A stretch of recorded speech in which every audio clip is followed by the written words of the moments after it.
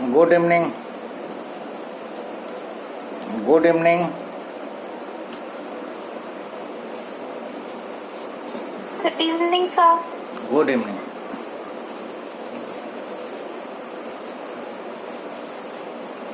Now, last time we have taken the Einstein's photoelectric equations. Kinetic energy was equal to E minus pi or h nu minus pi or sc by lambda minus pi. Now we will take one experiment and on that basis we'll plot few graphs.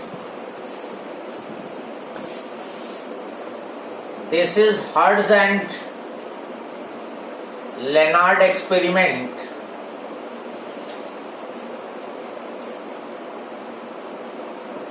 For photoelectric effect, and on the basis of this experiment graph will be plotting. Now this is your photo cell.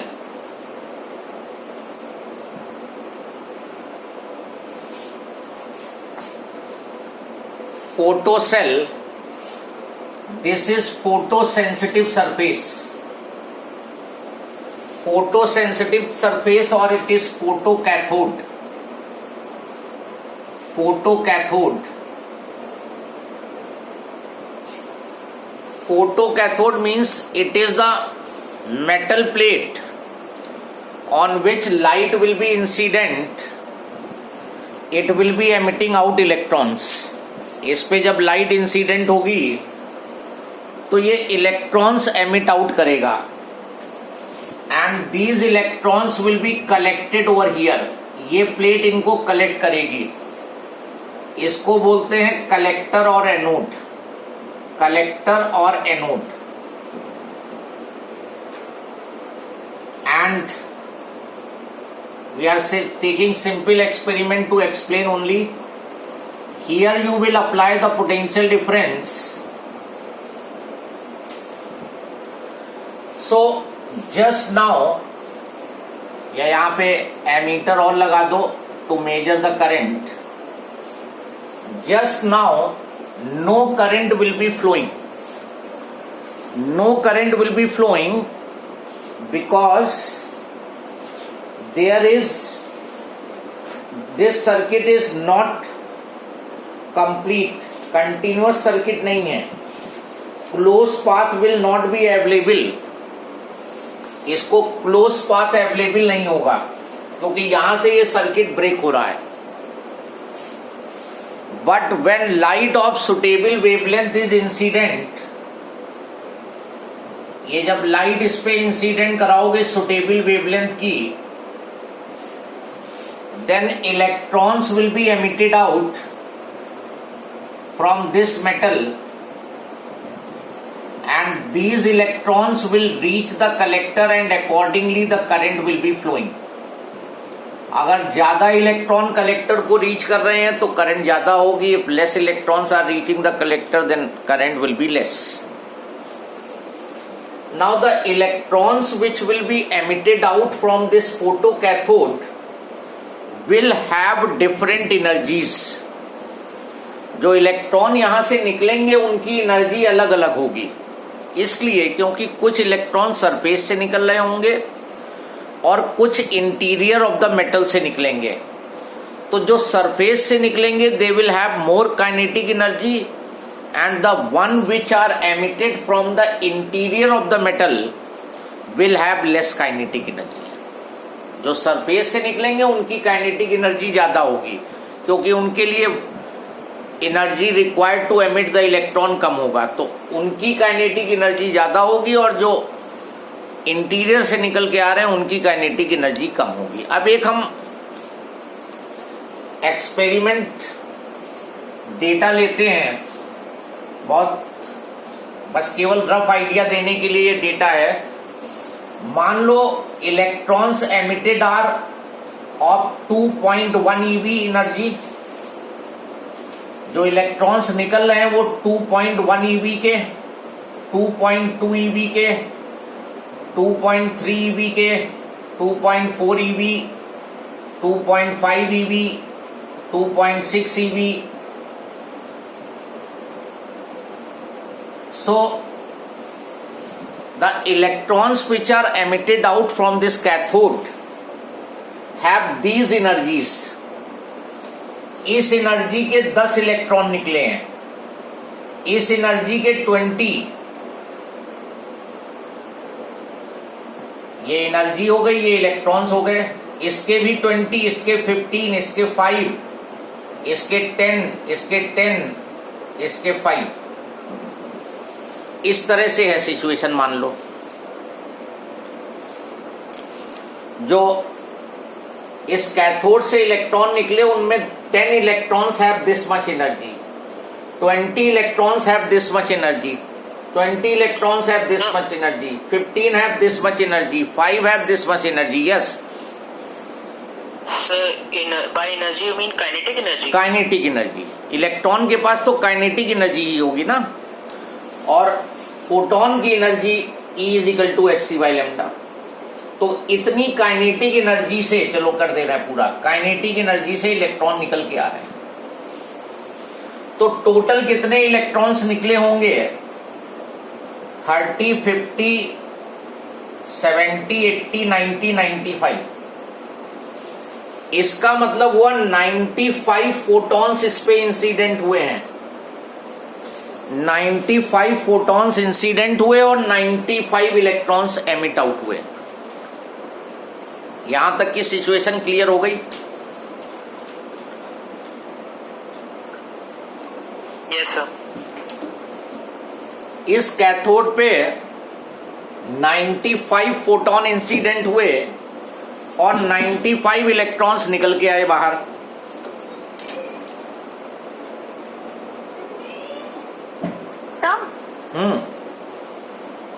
Sir मतलब इसमें कोई भी electron threshold energy का मतलब drop ही नहीं हुआ। ये जो लाइट पड़ रही है इसकी एनर्जी थ्रेशोल्ड से ज्यादा है, राइट? मतलब सारी ही, मतलब आपके डेटा के हिसाब से कोई भी थ्रेशोल्ड एनर्जी पे नहीं आया ना सर? से कम नहीं है कोई, ना कोई थ्रेशोल्ड, सब फोटोन थ्रेशोल्ड एनर्जी से ज्यादा के हैं।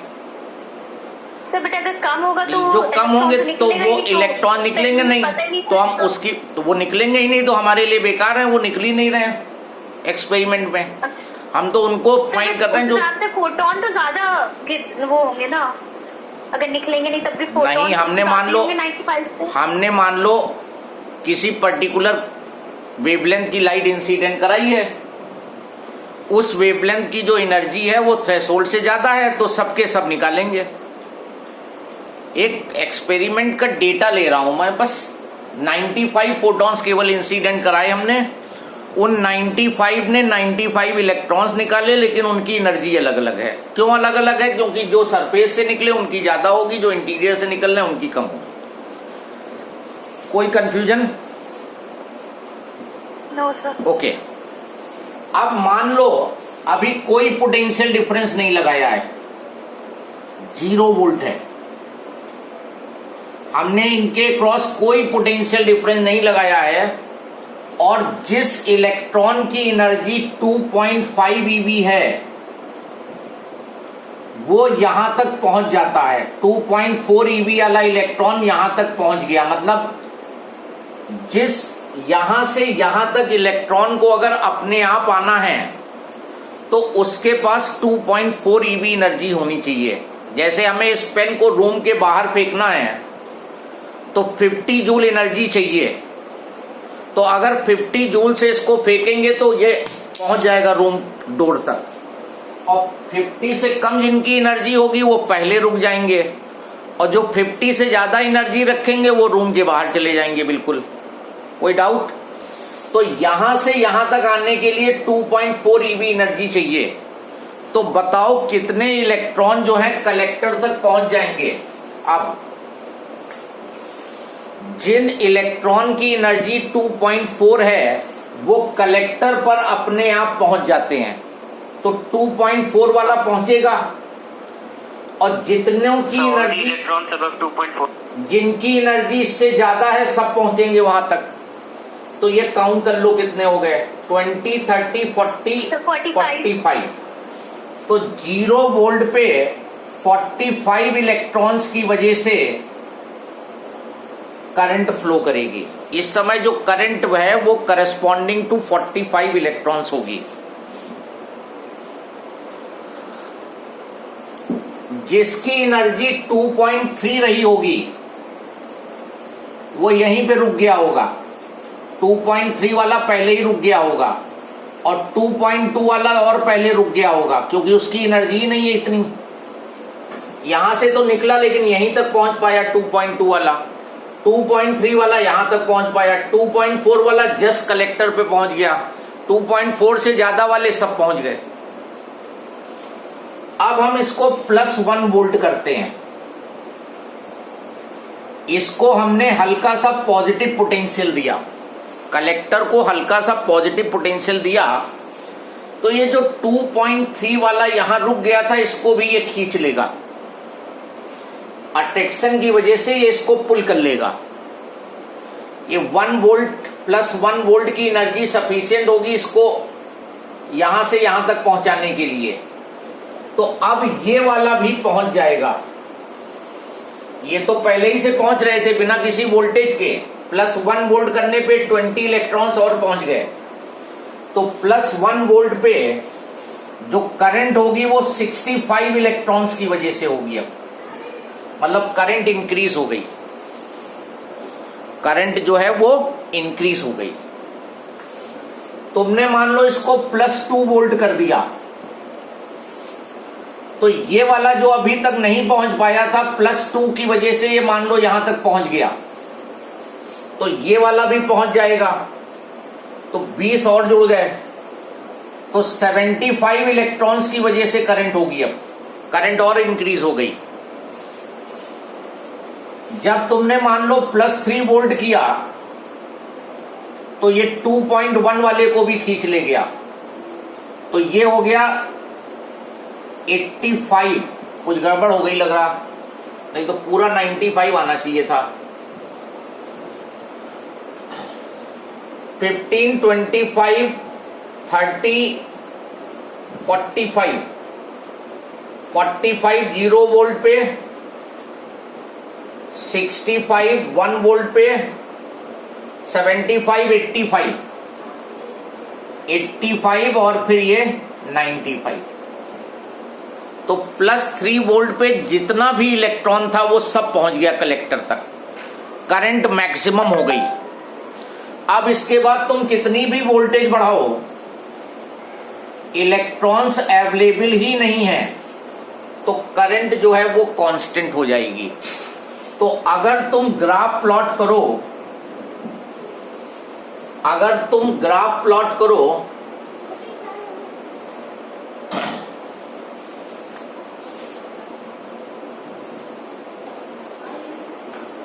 यहां पे पोटेंशियल डिफरेंस और यहां पे करंट, फोटो करंट, तो 0 पोटेंशियल डिफरेंस पे करंट थी 45 इलेक्ट्रॉन्स की, और जैसे जैसे पॉजिटिव पोटेंशियल बढ़ा रहे हो करंट बढ़ती गई और फिर करंट जो हो जाएगी वो कांस्टेंट हो जाएगी। जब ये 0 वोल्ट पे था, पोटेंशियल डिफरेंस 0 था, उस समय करंट 0 नहीं थी, क्योंकि 45 इलेक्ट्रॉन्स रीच कर रहे थे कलेक्टर पे, तो देयर वाज सर्टेन करंट। और जैसे जैसे पॉजिटिव वोल्टेज बढ़ाते जा रहे हो, नंबर ऑफ इलेक्ट्रॉन्स बढ़ रहे हैं, तो करंट भी बढ़ती चली गई, और उसके बाद 3 वोल्ट के बाद नो इलेक्ट्रॉन्स आर अवेलेबल, क्योंकि 95 अगर 1 सेकेंड में इंसिडेंट हुए, 95 के 95 कलेक्टर पे पहुंच गए, तो करंट हो जाएगी कांस्टेंट। अब आते हैं रिवर्स साइड्स को निगेटिव पोटेंशियल देते हैं। अब जब निगेटिव दोगे तो निगेटिव देने पे ये रिपल्सन अप्लाई करेगा। और जो पहले 2.4 वाला बिल्कुल यहां आके रुक रहा था, उसको अगर रिपल्सिव फोर्स मिल गया तो वो नहीं पहुंच पाएगा 2.4 वाला। 2.4 वाला रिपल्सन की वजह से पहले ही रुक जाएगा, तो ये वाले 15 नहीं पहुंच पाएंगे। तो अब जो करंट होगी 30 इलेक्ट्रॉन्स की वजह से केवल रहेगी, क्योंकि ये वाला नहीं पहुंच पाएगा। -2 कर दोगे तो और रिपल्सन लगा तो ये भी नहीं पहुंच पाया, 25। -3 वोल्ट कर दिया तो ये भी नहीं पहुंच पाया, 15। -4 कर दिया तो ये भी रुक गया, 5। और -5 वोल्ट पे कोई इलेक्ट्रॉन नहीं पहुंचा। इसका मतलब -5 वोल्ट पे कोई भी इलेक्ट्रॉन नहीं पहुंच रहा है कलेक्टर पे, तो इसका मतलब फोटो करंट 0 हो जाएगी। कोई कंफ्यूजन हो तो बोलो। जैसे जैसे इसको निगेटिव पोटेंशियल बढ़ाते जाओगे, ये इलेक्ट्रॉन्स पे repulsive force more and more apply करेगा। और इस एग्जाम्पल के अकॉर्डिंग जब तुमने इसको -5 पे कर दिया, तो सबसे ज्यादा एनर्जी वाला इलेक्ट्रॉन भी अनेबल होगा यहां पहुंचने के लिए, तो सर्किट में करंट 0 हो जाएगी। तो अब जब ग्राफ को कंप्लीट करोगे निगेटिव साइड में, तो पोटेंशियल डिफरेंस निगेटिव बढ़ाने पे फोटो करंट कम होती जाएगी और 0 हो जाएगी। और इस पोटेंशियल को बोलते हैं स्टॉपिंग पोटेंशियल। किसी को कंफ्यूजन? सर इस ग्राफ का नाम क्या है? ये हार्ट्ज एंड लेनार्ड ने एक्सपेरिमेंट किया था, उसी को मैं सिंपल बना के समझा रहा हूं। ग्राफ तो ये हो गया, graph between photo current and potential difference. अभी इसको बड़ा करके मैं बना रहा हूं। तो नाउ सर ये डेटा नोट करना। कुछ डेटे की कोई जरूरत नहीं, डेटा केवल समझाने के लिए था, यूज नहीं होगा कहीं। ये समझने के लिए नोट करना चाहो तो नोट कर लो। कैसे ये ग्राफ प्लॉट हुआ ये बताया है बस। हाँ बोलो। ये VS क्या है, स्टॉपिंग क्या बताया था? अभी मैं बता रहा हूं, बड़ा करता हूं ग्राफ को। और कोई प्रॉब्लम हो तो बोलो। No sir.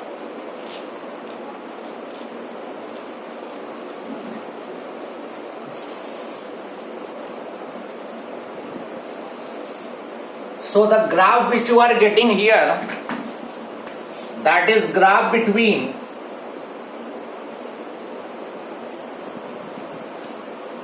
फोटो करंट, जो फोटो इलेक्ट्रॉन से करंट फ्लो कर रही है, photo current and potential difference.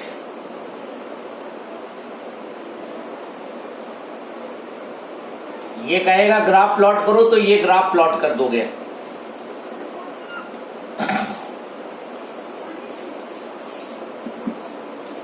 Photo current और पोटेंशियल डिफरेंस के बीच में ग्राफ। यहां पे potential difference, here you will be taking photo current.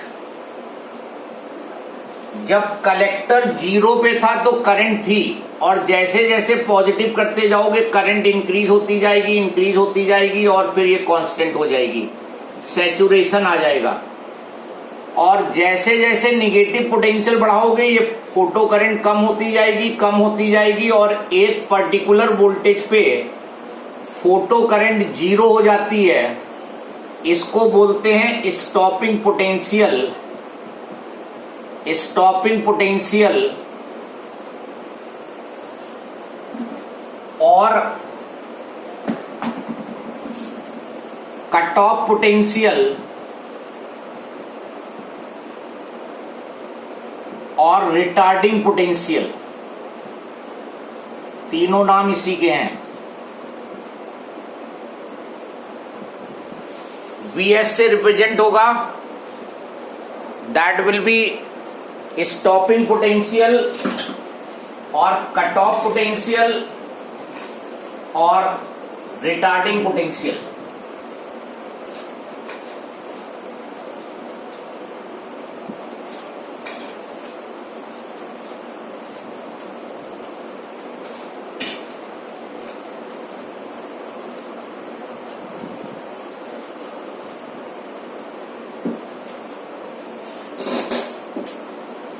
अब डेफिनेशन लिखो स्टॉपिंग पोटेंशियल के लिए। डिफाइन करने को आ जाता है define stopping potential.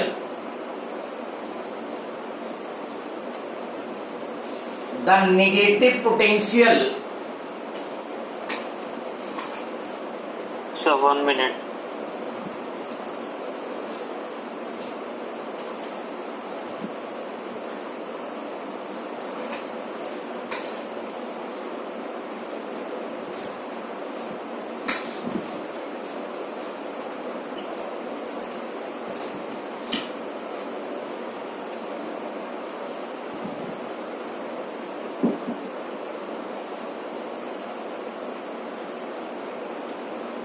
The negative potential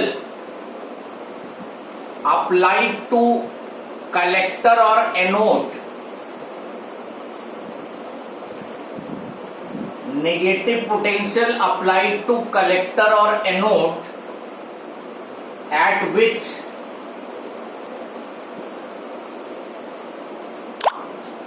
the photoelectric current becomes zero is known as stopping potential or cutoff potential. The negative potential applied to collector or anode at which photo current become zero. देखो photo current जो है zero हो गई और इस potential को हम बोलते हैं स्टॉपिंग पोटेंशियल और कट ऑफ पोटेंशियल और रिटार्डिंग पोटेंशियल। या at this negative potential no electron will reach the collector. Next line में लिख लो stopping potential is that negative potential applied to collector